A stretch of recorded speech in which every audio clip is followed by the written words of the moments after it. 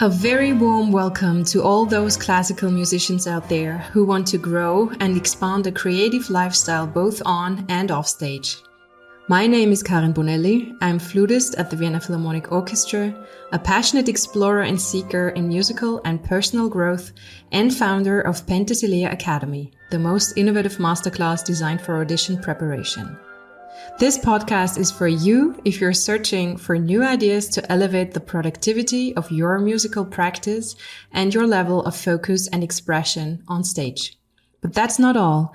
In each episode, you will find bits and pieces to integrate into your everyday life, as well as new perspectives and insights by our experienced and passionate team and guests.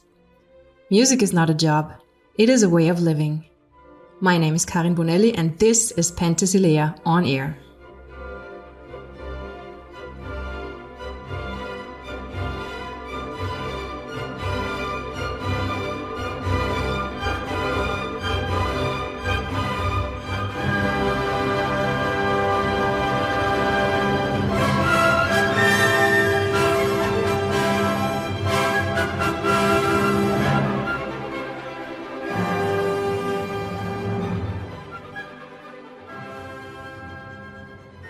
Hi everyone, and thank you for joining Penthesilea On Air podcast again. I can promise you that this episode is not your usual small talk between two flutists. Whether you've heard Elizabeth Rowe speak at her famous TEDx talk, The Lonely Onlys, or listened to her play in one of the highly acclaimed recordings with the Boston Symphony Orchestra, it will not be a superficial experience by any means. Elizabeth is in her final season as principal flutist of the Boston Symphony Orchestra, and after 20 years in one of America's top orchestras, filled with highs and transformative trials, she is now embarking on a new path as a coach for high performers in all professions. Demonstrating her willingness to engage in difficult conversations, Elizabeth proved herself when she pursued legal action against her own orchestra to achieve equal pay with her male counterpart, the principal oboist. On her website, she shares her thoughts and the process of this professional transition very openly and lets us realize that staying true to oneself doesn't necessarily require hardness and detachment, but rather by embracing our ambivalences, we can discover new approaches to our own path. Today, I speak with this inspiring colleague about how she made those clear decisions for herself and what it means not to be defined by an external image. Welcome, Elizabeth. So good to have you at Penthesilea On Air podcast. Thank you for being with us. It's my absolute pleasure, and it's just wonderful to connect across continents and oceans and be in conversation with you. Yeah, that's amazing. So let's get started because I have so many questions for you. Elizabeth, as I just said in my introduction, you decided to leave your orchestra, one of the top orchestras in the US, on a principal position to take on a different career path off stage. So I tried to put myself into your shoes. And that's when I really thought I have to talk about hard decisions with this woman because this must have been a really tough one.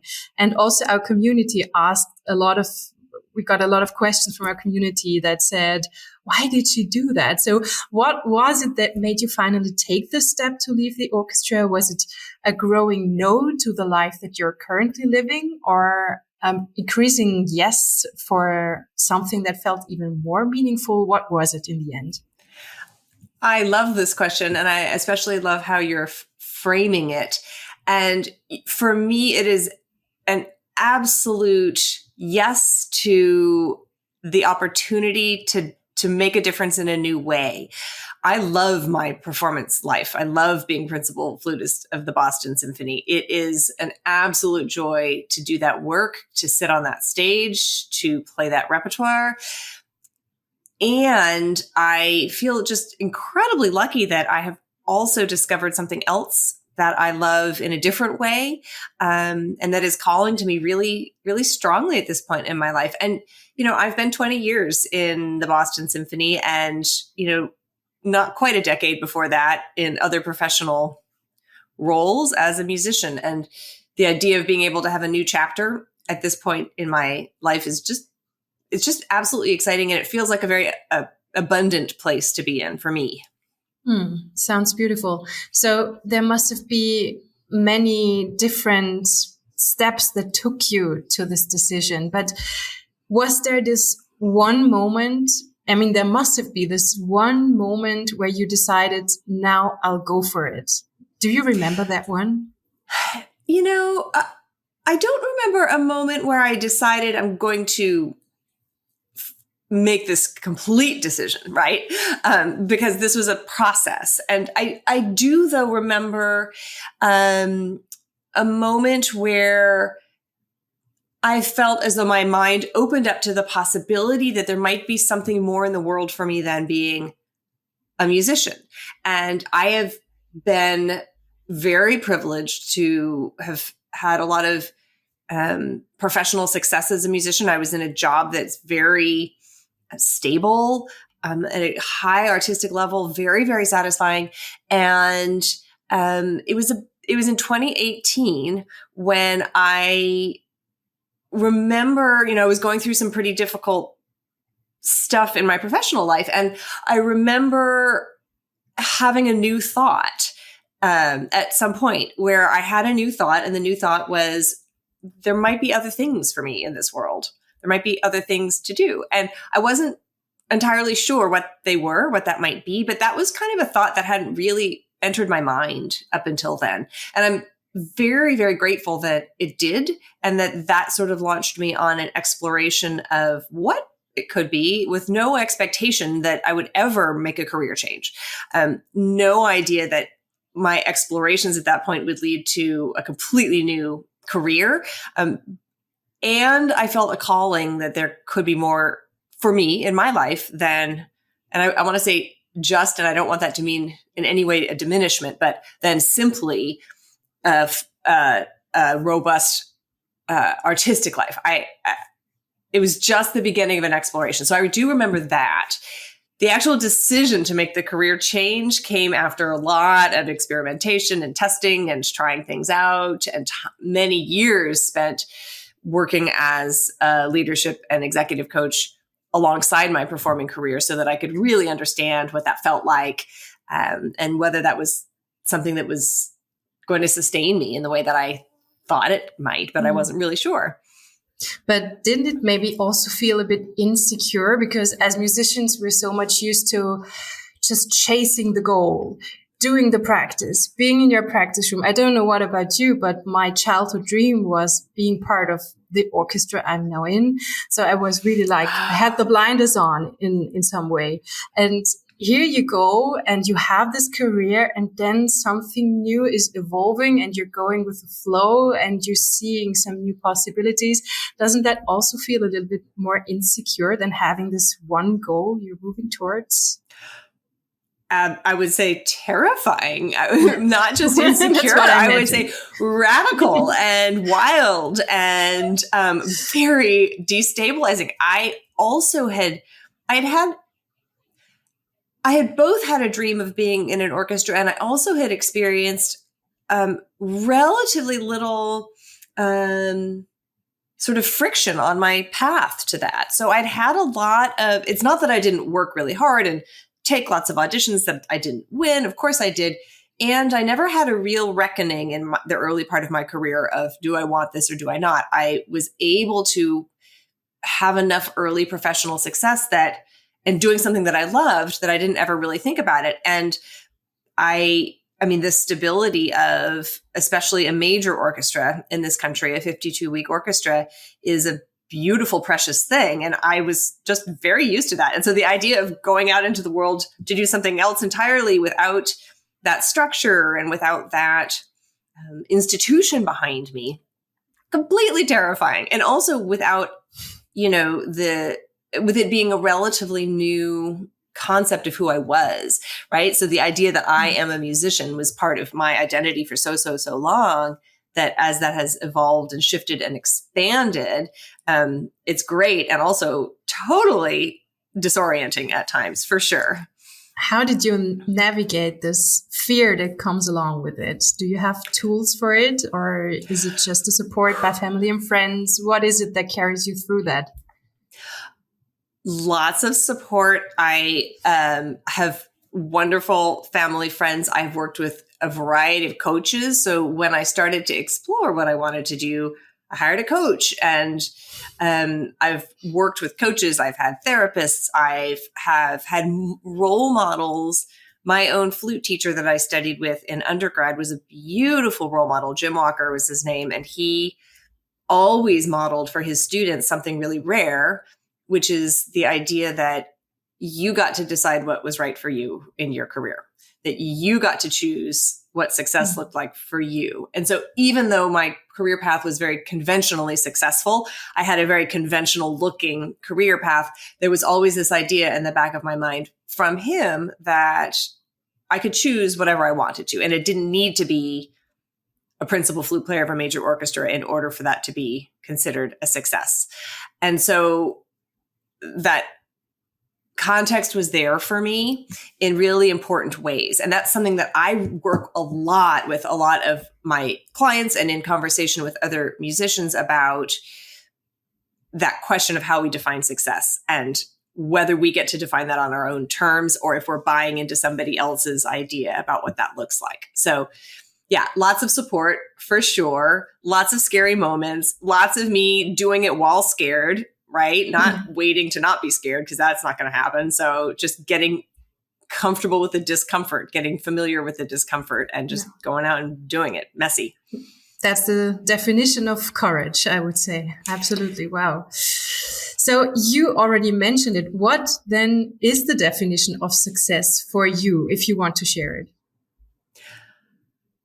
You know, that's a great question. And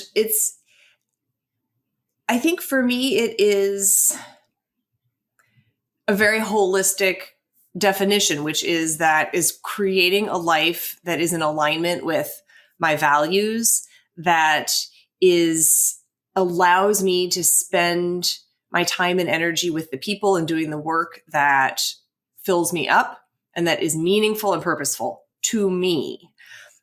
And I get to define what that is and what that work is for me. And so it might, from the outside looking in, look like a traditionally successful career. And it also might have a lot to do with how I am relating to what that looks like. So for me, it's less about what job do I have? What title do I have? What income do I have? And it's more about how am I relating to the work that I'm doing? Is it work that is fitting into my life in a way that is sustaining, that is the rest of my life happy and robust and rich enough so that I am well-rounded as a human? And where does my professional life fit into my personal life and vice versa? So for me, success is all of that being sort of present. And I don't like to necessarily use the word in balance because things get way out of balance all the time. And I think that's okay. But the idea that no one aspect of that is everything that defines me, that I get to have a lot of different things that are thriving in my life.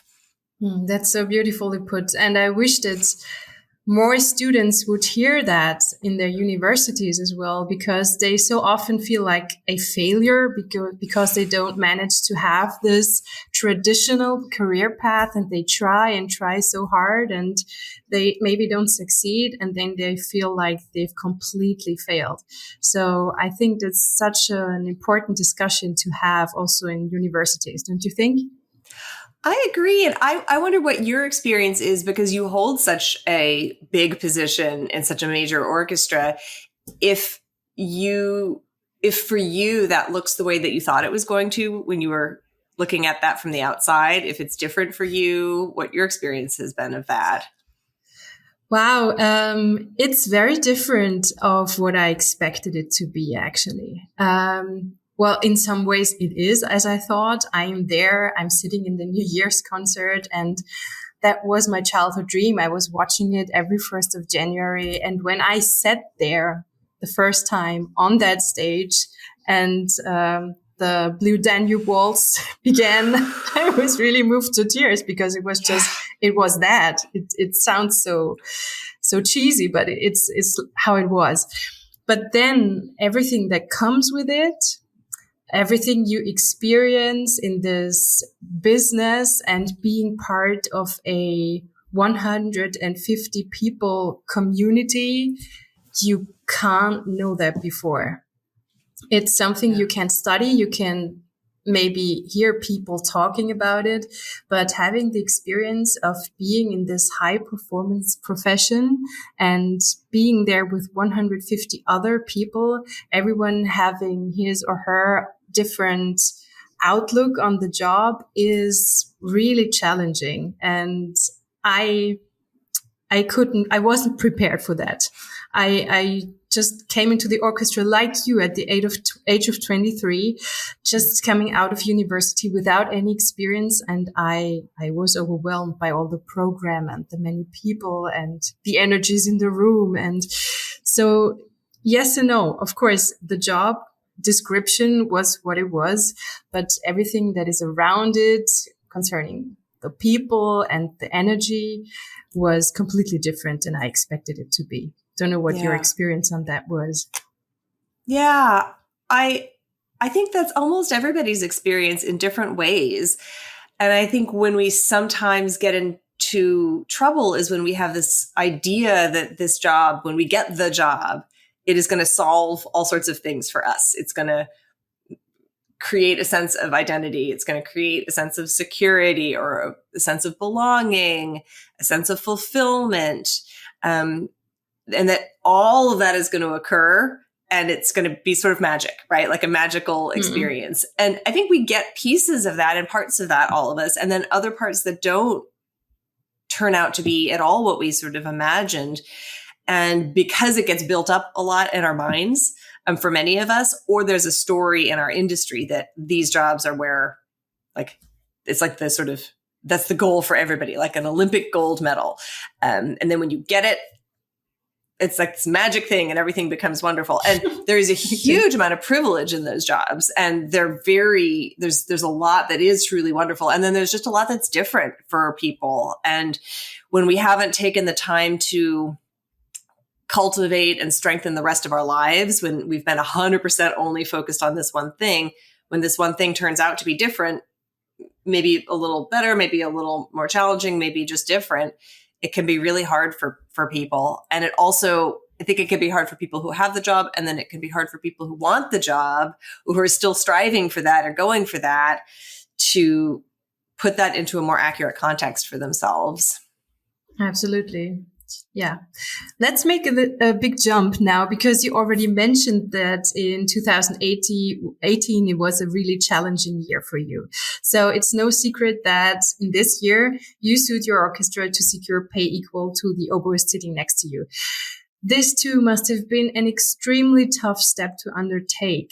So for many of our listeners who might stand before a big question in their life and don't know which way to go, do you have any tools of navigating such situations? Is it your gut, your brain, your heart that leads you to the right decision? What is it? Such a great question. I think it's all three: gut, brain, heart, right? We really need all three of those. And I think almost every difficult decision that people face, whether it's whether or not to start a family, whether it is to stay or leave a job, whether it is, all the kinds of decisions that we face in all sorts of contexts, there's a lot of noise in the world about what we should do, what's expected. Oftentimes we have a lot of beliefs that come from how we were raised or the culture that we are in about what is the right choice and the right path. And it can be really hard to know your own thinking in the middle of all of that. It can be really hard to understand what's truly your own motivation and what is right for you. And so I think that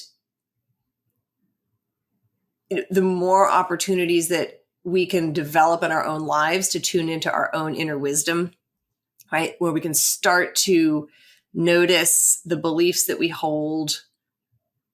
For example, a belief that, we can have lots of beliefs. We could believe that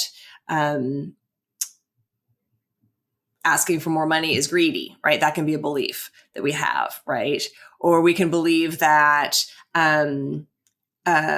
if you just think about all the different ways that we kind of operate in the world with sets of beliefs, we can have those beliefs and then we can start to ask ourselves, are those really mine? Is that something that I want to continue to believe, or do I want to try to create a different belief or just challenge that or sort of understand? So I think certainly around issues around compensation, there's a lot of stuff that people have to work out in their own thinking about what they want to take a stand for or not, what they're comfortable with, what they're not. It's wildly uncomfortable for most people to enter into that kind of a conversation. But all sorts of other decisions too.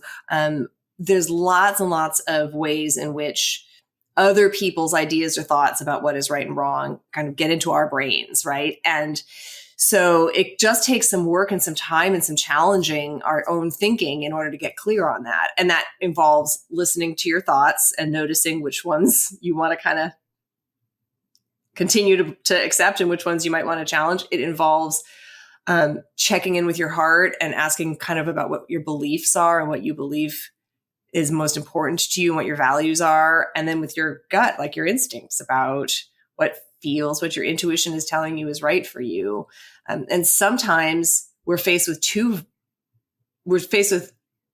choices, both of which are incredibly difficult, a yes or a no. And there are opportunities and costs with either choice we make, the yes or the no. And so sometimes it's just a question of which is the one that you can look back on in the future and really be proud of yourself for having made that choice, right? Even if there's a lot of consequences that are attached to it. And we never have a crystal ball. We never see into the future and know exactly how things are going to work out. So a lot of it also just has to do with deciding that you're not going to beat yourself up about whatever choice that you make, that you're going to make a choice. If it's a hard choice, you're going to make the best choice you know how to make in the moment. You're going to be thoughtful about it, and then you're going to choose. And if in a year or 5 years or 10 years, you look back and think, oof, what was that? What did I do there? We can decide that we're not going to beat ourselves up about it, but that we're just going to understand that we made the best choice that we could. So I think when we're facing hard decisions, sometimes we think that there's like the right choice and a perfect choice and that we might mess up. And all we can ever do is make the best choice we can at the time. Yeah. And I think it's beautiful, as you said, that we have so much noise around us and all those beliefs and the voices of other people.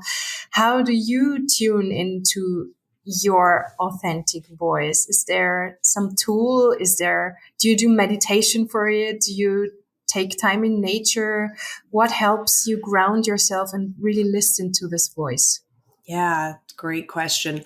Time in nature, long walks are really important for me. Time alone is really important for me. I really value time alone.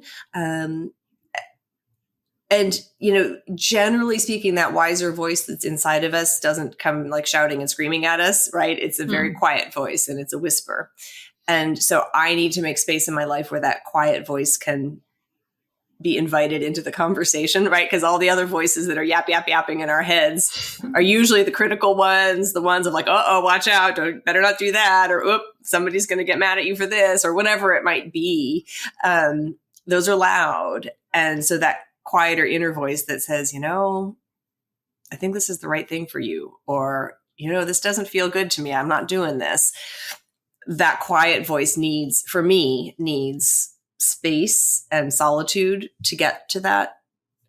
And sort of the other side of the equation is that I'm in conversation specifically with people whose job it is, primarily my coach, whose job it is to challenge my thinking and to say, hang on a second, like there's another way you could think about this.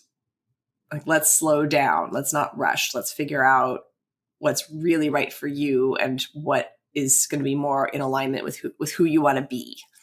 So then talking to the right people about your decision is also crucial, I guess, because as you said, you talk to your coaches, but if you talk about such difficult decisions to many people, you will get so many different opinions. So where would you advise our students, our listeners to go with such decisions? Whom to ask?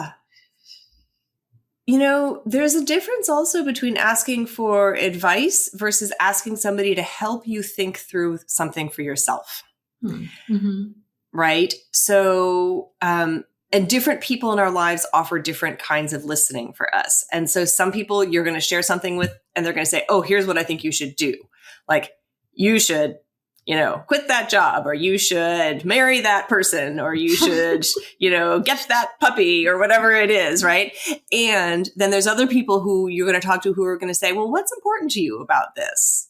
Or they might say, well, what would the impact of that decision be for you? Or what are your own feelings about this?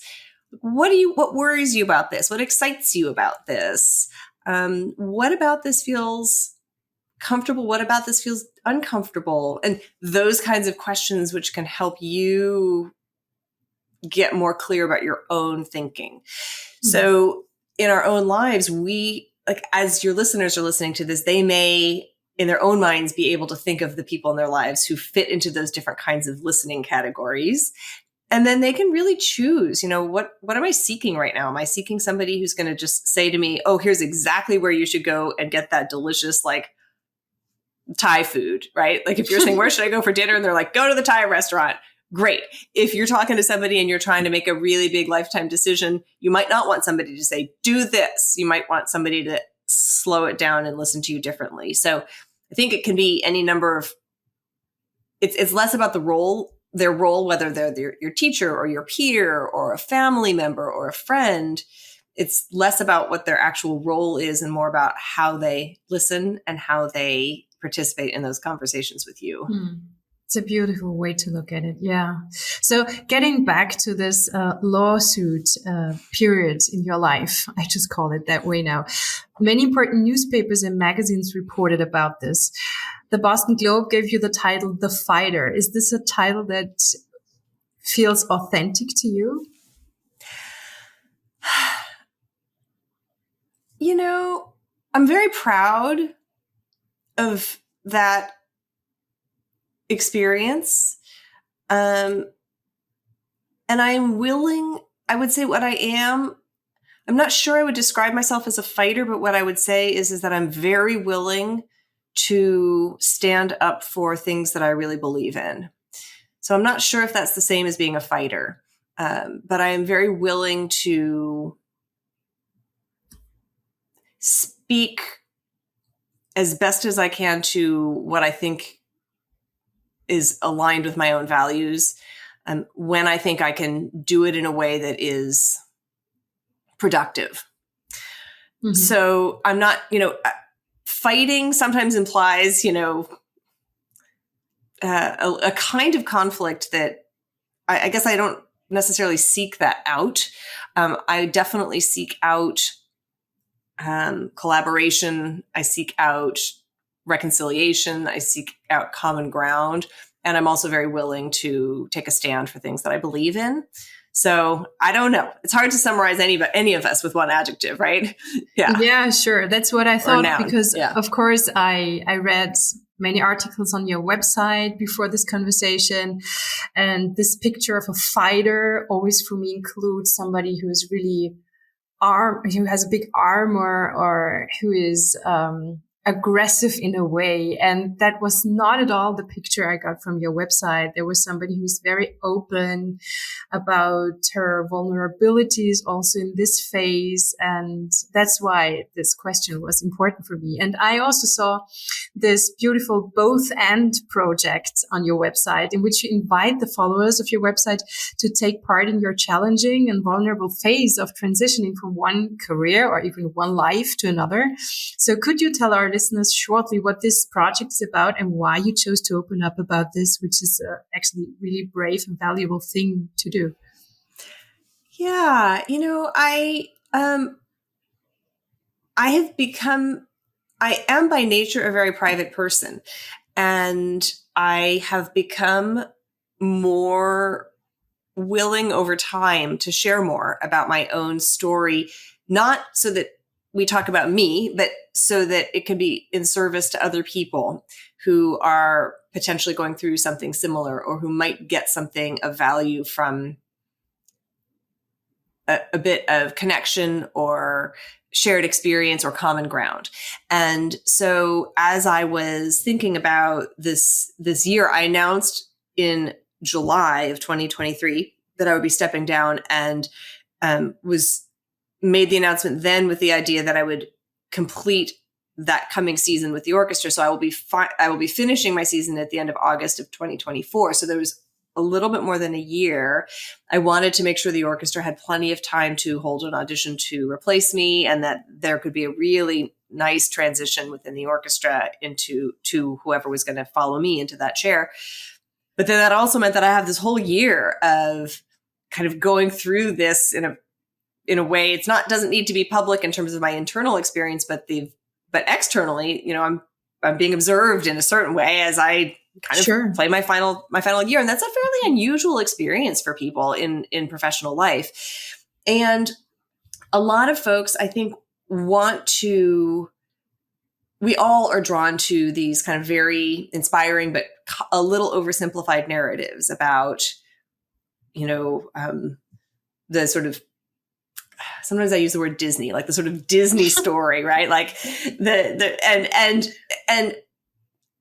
a lot of the work that I do really takes a stand for paradox, for complexity, for this idea of both and. So you can both be very excited about a new thing and be wistful and sad about leaving something else. You can be very proud of something and also have it have been an incredibly difficult period of time. You can love your work and love something else in a different way, right? So we can have these things that sometimes feel like they're in conflict, and they can exist at the same time. And as humans, we have capacity to hold these conflicting feelings and experiences all at once. And sometimes there's this idea that we need to simplify it and turn it into a all good or all bad, or all success or all failure, or, you either win or you lose, or you're happy or you're sad, and that's just never accurate. And it just doesn't make space for what we're capable of humans and our actual real lived experience. So this project, the Year of Both And, was really trying to hold space and make space to talk about that, to talk about what's scary and exciting at the same time, to talk about the mixture of all of these experiences, with the hope that it would serve the folks who receive my emails and anybody else who comes into my world in their own way. I think that's so beautiful because, of course, we all know the things you can be proud of. We see your career, we can listen to recordings, but sharing such a challenge is something really valuable for people who might go through a similar experience, maybe, or through something else, a challenging phase in their life. And you wrote that some parts of your career were real highs, they were beautiful, but also that there were damaging or transformative parts in it. What would you say were those? Because that's the challenges maybe some people can relate to. Yeah.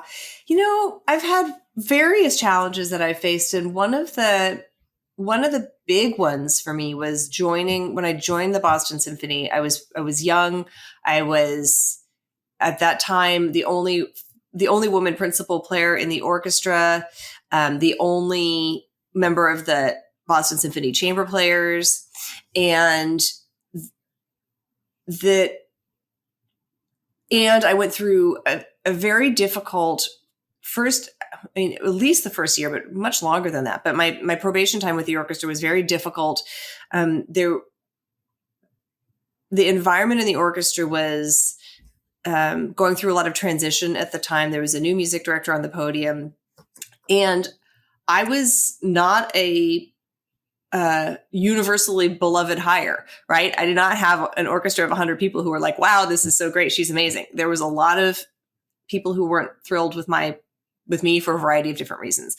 And I had a lot of criticism during that year, and I wasn't prepared for that. I hadn't been through anything like that in my professional life yet. I'd had pretty smooth sailing, and everywhere I'd gone, people had been pretty happy with me. And so I didn't have a lot of inner resilience that I had developed to withstand a lot of criticism, a lot of just fear around how I was being perceived, whether I was going to be able to keep my job.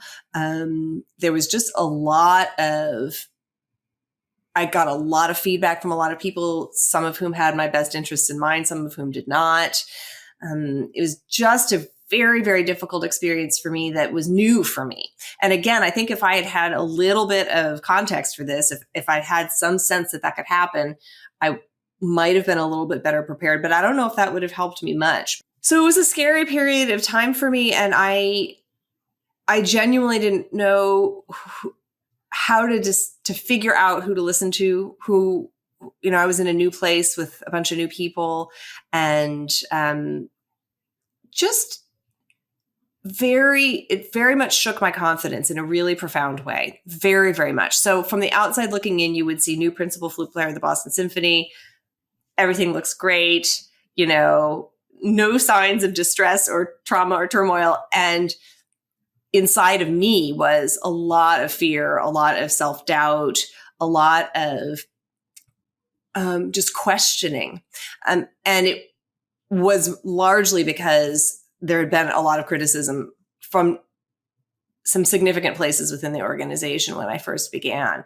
And it's funny for me to kind of think back about it now, because here I am 20 years later, and I think all of that is gone, just completely gone. It's like so much in the past, like so totally in the past. And yet at that time, it felt like just very, very undermining and destabilizing.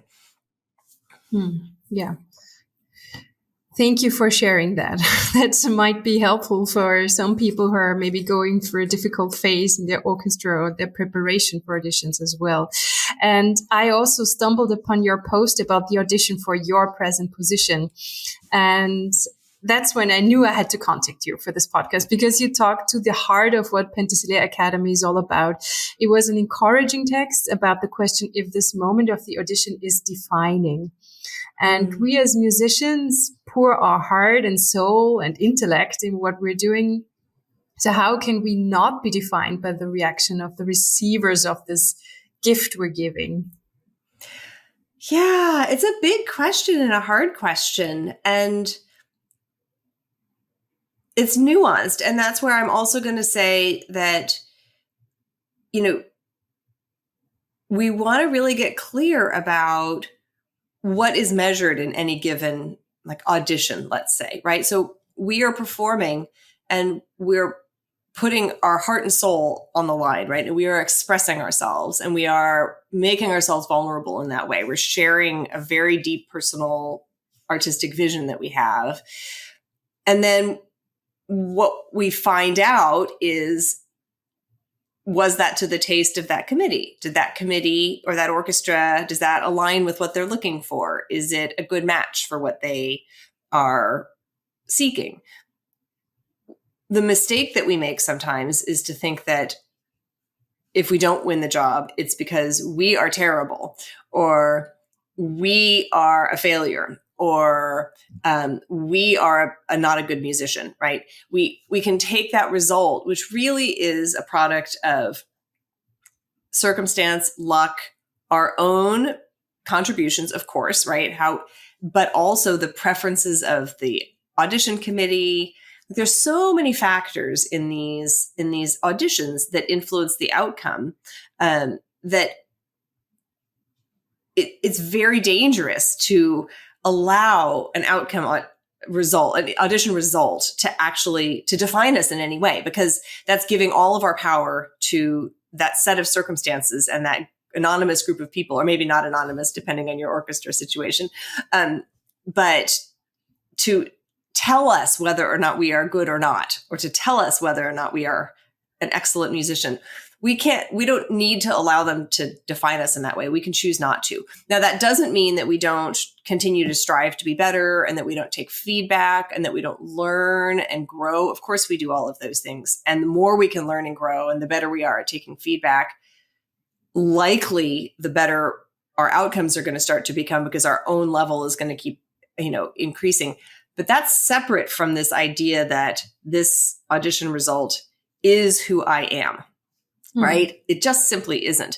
And if you go and look at your absolute favorite author that wrote the book that you think is the best book that you've ever read in your life, or you look at whatever it might be, right? And you go and take a look at their reviews online, and you're going to find a whole bunch of 5-star reviews, and you're also going to find a whole bunch of 1-star reviews. And if you read those 1-star reviews, the things that you loved most about that book are the things that they hate the most about that book. And there's no way on the planet that we can please both groups of those people all at once, right? So at some point we have to understand that we're making music with our own voice, because that's what we believe in and that's what we're doing. And some people are not going to like it. Some people are. It's very difficult to handle all of that. And yet it's so important to handle all of that, right? So we don't lose our sense of self in the middle of all of this. And that also gives us the freedom to make really smart choices. Am I going to change my playing in certain ways because it's strategic, because I believe in it, because I've gotten really good, useful advice that I think is correct? Sure. Am I going to then also think that that's because I'm somehow not a good person at the same time? No, that's not necessary. Okay. And how do you anchor yourself in this confidence? Do you have any tool you can give our listeners? I think the more you can create a healthy, thriving life outside of your music making, the better. So it's about, I mean, all of us are passionate about our art, about music, about what we want to say. It's about keeping that in proportion inside of our lives, in a healthy proportion, so that we also have friendships, we have other relationships, we have hobbies, we might have a spiritual life, we might have pets or other activities. We might do volunteer work. We might be part of a book club. There's so many other things that can make us, that go into who we are as humans. So that when something either goes very well in our professional life or doesn't, either way, it's just a piece of who we are. Because the other side of that audition story is that if you don't win an audition, that doesn't define you. If you do win an audition, that doesn't define you either, right? I'm no more special as a person than anybody else is just because I have the principal flute job at the Boston Symphony.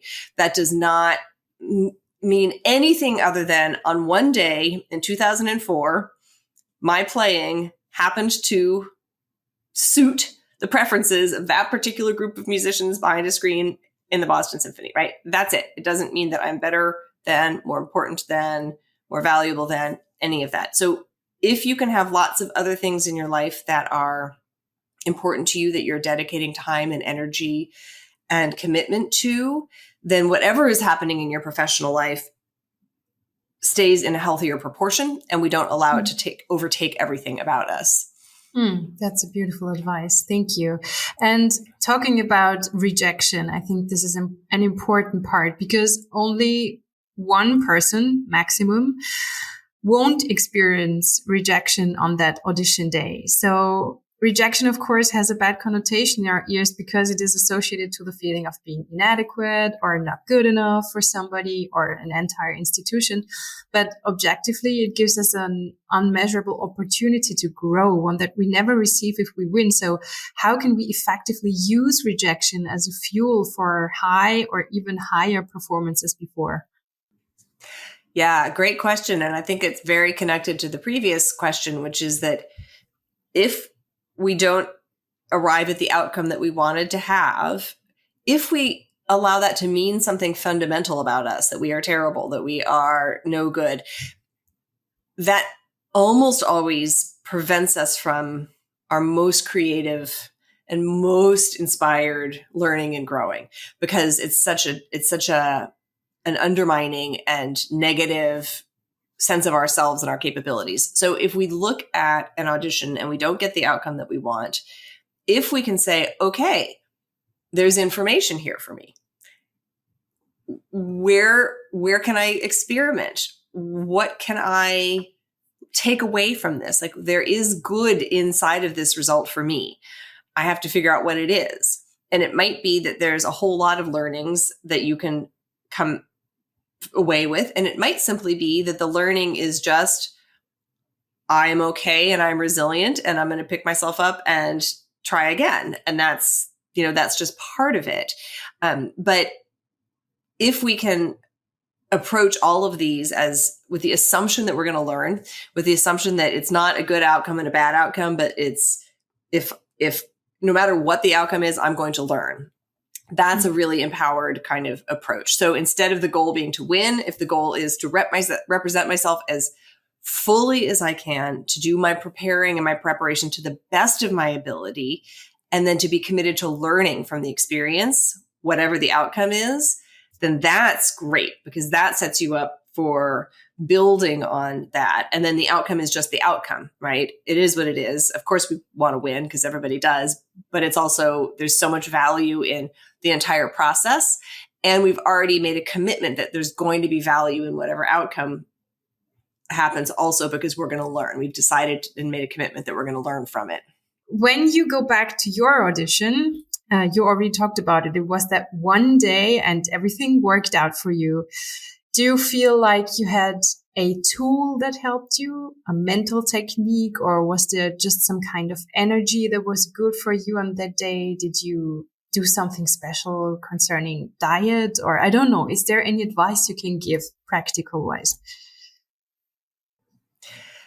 Yeah, I had a lot of experience taking auditions by that point. I knew how to prepare. I had my primary goal was to play everything on that list in a way that would, like, I don't know how this translates for you, but in a way that makes my heart sing. In other words, that if I could record myself and listen to it, I would think, oh, that's exactly what I want to hear. That is exactly what I want to hear. Right? That it just, like, if I could give myself goosebumps, if I could listen and say, oh my gosh, that's it. And that's a very high standard, right? That is not a, oh, that was pretty good, or like, oh, it was better than the last time. But I really wanted to get to the point that, I want to say that this is in the context of many, many auditions and many, many years working on this repertoire. So I had gotten to a point where I was able to kind of set that vision for myself.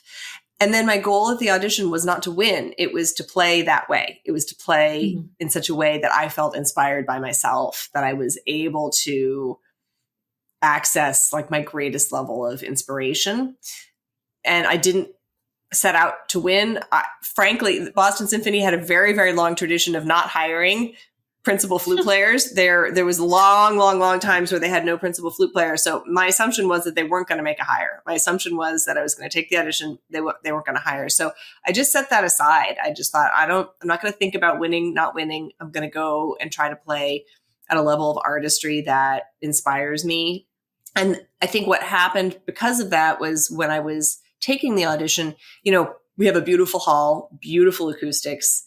I was able to be present in that space and use the acoustics in a way that I recognized the opportunity that was there. I took a lot of risks. I played with a lot of delicacy and color because the hall would allow that. And so I think because I approached the whole thing from that way, from that perspective, I had a level of freedom that was new for me.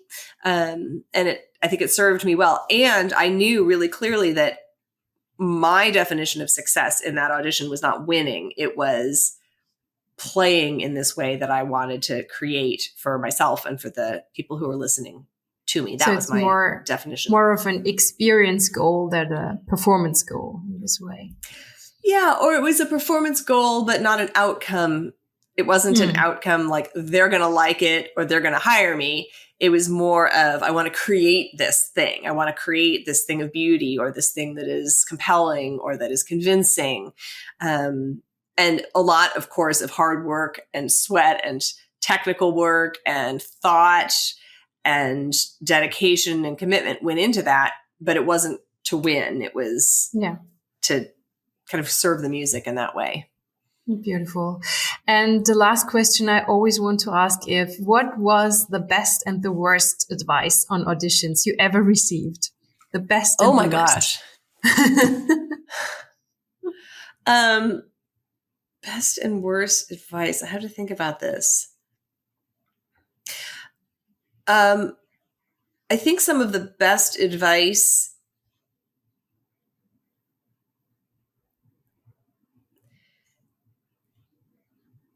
I mean, there's some practical advice that I could say. So some of the best advice is that you're not going to, like, really in the week leading up to the audition, it's just about getting your playing as healthy as it can be, right? Really doing that absolute fundamentals, the stuff that just allows your playing to be in a really great place. Because when your playing feels really healthy and comfortable, if your sound is feeling really great, then you have freedom and confidence to do a lot. But if you've been cramming or forcing a lot and trying to, like, get a lot of stuff done in the last week, and you're not taking care of the most fundamental qualities in your playing, then a lot of people get distracted by all the details and all that, and they sort of forget to take care of that basic stuff. So on a very, very practical level, that's really great advice that I got and that I always listened to. I've forgotten all the worst advice. I think that's It's good. I don't remember it. I think I've forgotten the terrible advice. I wish I had something really extra juicy to give to you, but I don't think I have anything. I think I've forgotten it. My brain doesn't have a lot of space for bad advice in it. I think it all just got deleted and ejected out of it. Yeah. It's good. It's an amazing quality.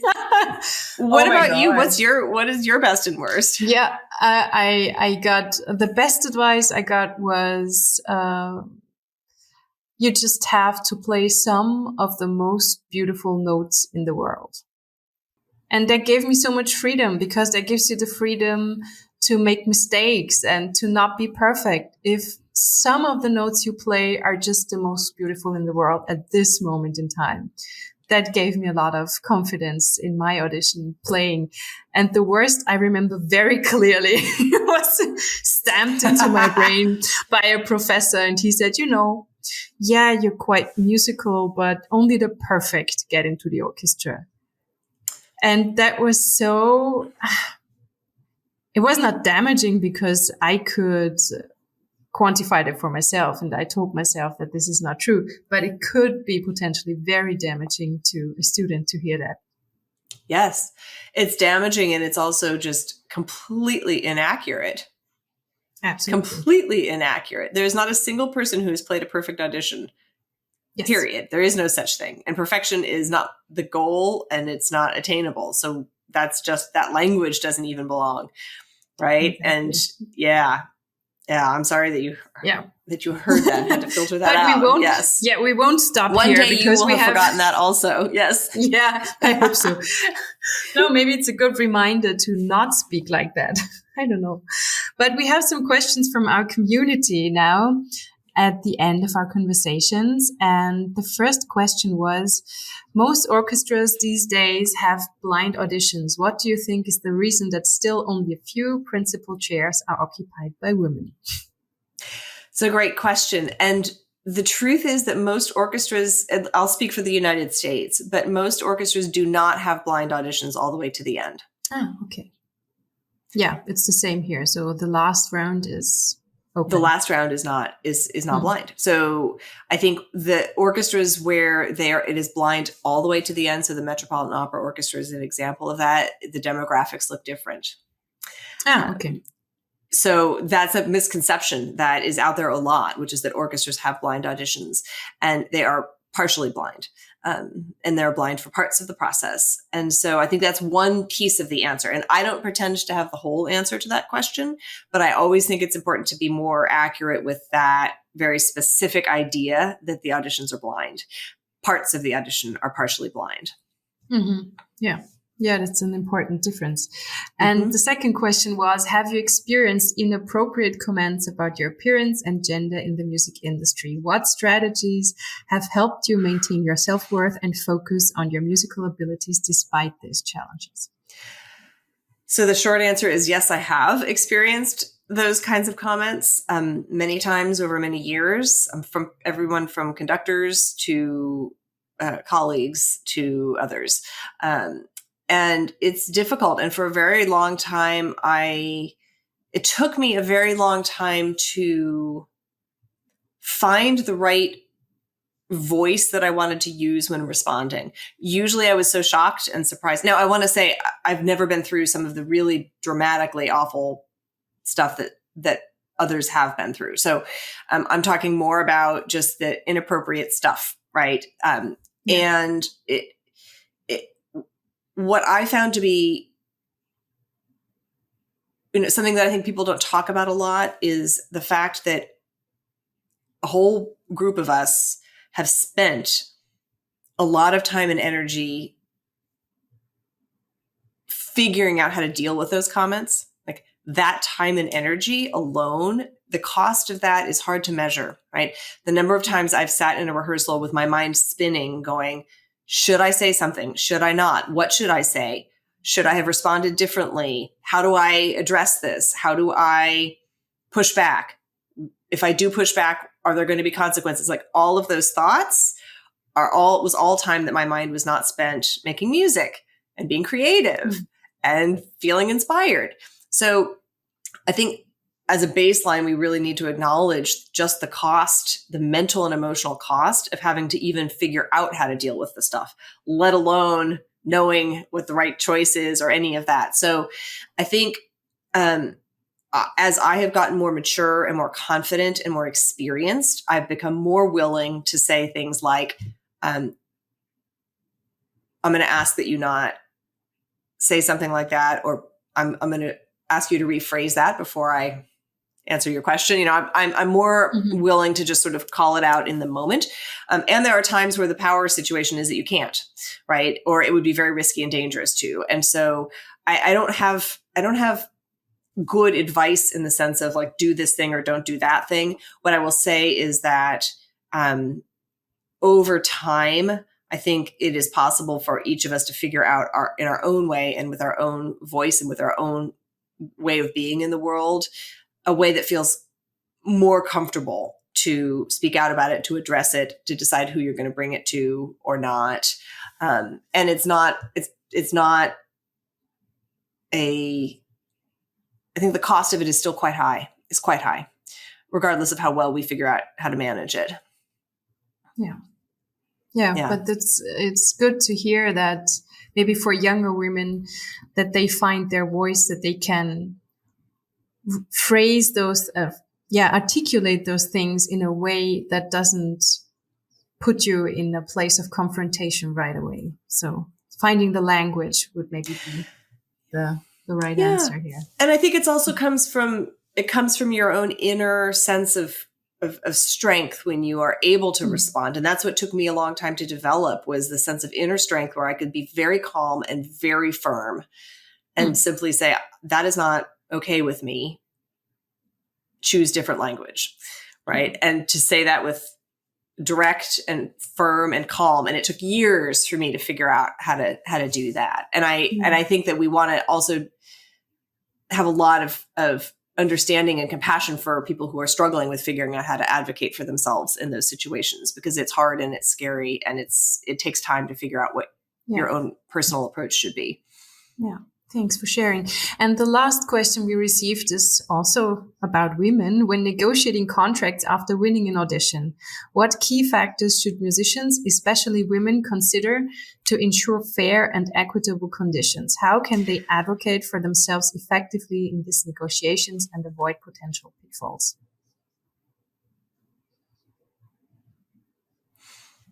Really great question. And I'm a huge fan of transparency. So knowledge is power.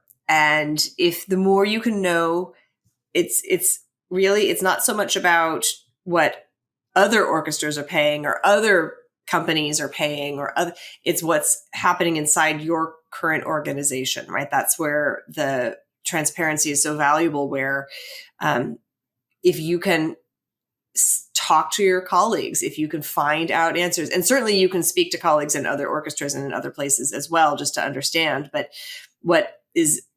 I'm hopeful that it will become more normal and more part of the culture, our culture, where we just share about this, because when one person is lifted up, everybody is lifted up. And we unfortunately have a long tradition of hoarding information, keeping it private, not being willing to talk about our own compensation because it feels inappropriate or not okay for some reason. But the more we can have transparency and put daylight and sunshine on all of this, then the more we can ensure that everything is as fair as is possible and that everybody understands where they stand. And it holds managements and leadership to a higher level of accountability when the musicians or whoever you are well informed. So my top recommendation always is knowledge is power. And if you hold information or knowledge, to please share it and to please be willing to talk to your peers and colleagues about that. And ask questions. Yes. And don't be shy. Don't be shy. And you can always say, I want to ask you a question and I understand this is sensitive, and anything you're willing to share would be very helpful. And just go out and be brave and be bold and ask. Yeah. Thank you. There's so much wisdom in your words. And Penthesilea Academy also has a book club. And I myself am a passionate reader, as you can see in the back.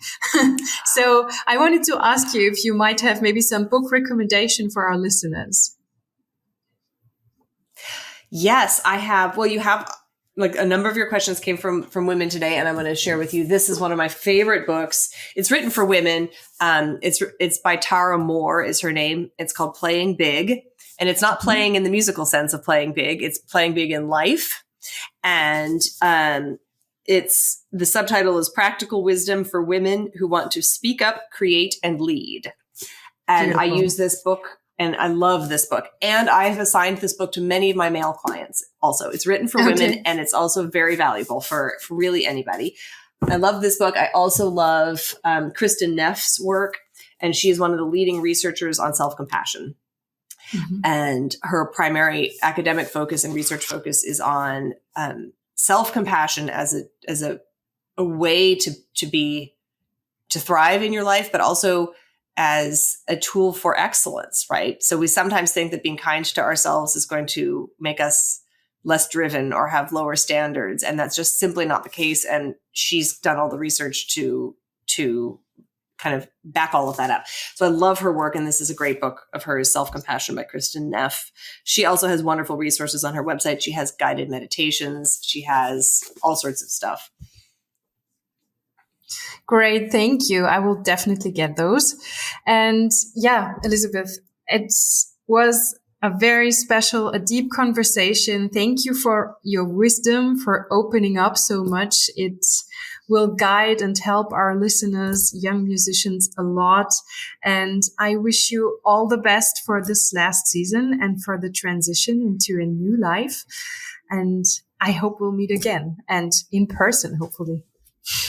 I do as well. And thank you so much for creating this space to have these conversations and for serving your community so beautifully and for taking a stand for musicians as whole human beings, which is so, so important. Thank you. Thank you so much. Elizabeth, thank you. And we'll see each other again. Bye. Bye.